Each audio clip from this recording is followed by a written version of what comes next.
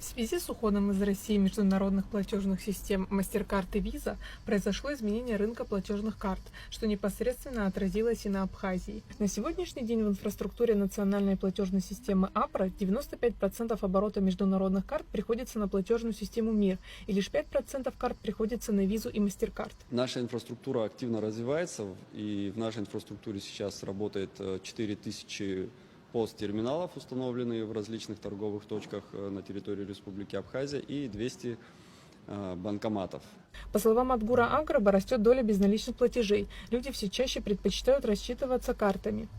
Мы наблюдаем активный рост безналичных платежей в Республике Абхазия. Это говорит о том, что те граждане Российской Федерации, туристы, которые приезжают в Абхазию, стали меньше пользоваться наличными средствами, больше пользуются безналичными средствами. Так, на сегодняшний день в среднем где-то 150 миллионов рублей – это дневной оборот, из которых где-то 135-140 миллионов рублей приходится на карты НСПК, а оставшиеся 30-45 приходится на долю Visa и MasterCard.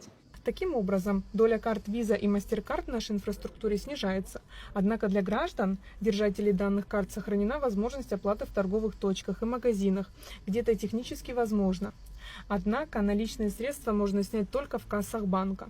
Тут важно понимать, что есть еще карты, которые российские банки выпускают для своих граждан, которые предназначены для работы исключительно на территории Российской Федерации. Поэтому, когда возникают какие-то проблемы, прежде всего гражданам, гостям нашей республики лучше обращаться в те банки, которые выпустили для них эти карты.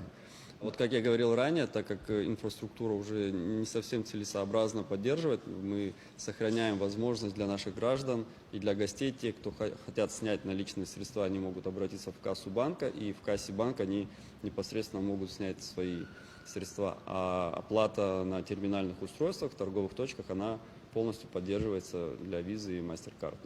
Но учитывая ситуацию с платежными системами в России, то, что они ушли, то данные карты, они, в принципе, могут в любой момент перестать обслуживаться, потому что технически там есть ряд сложностей непосредственно и в инфраструктуре российских банков для поддержания данных платежных систем.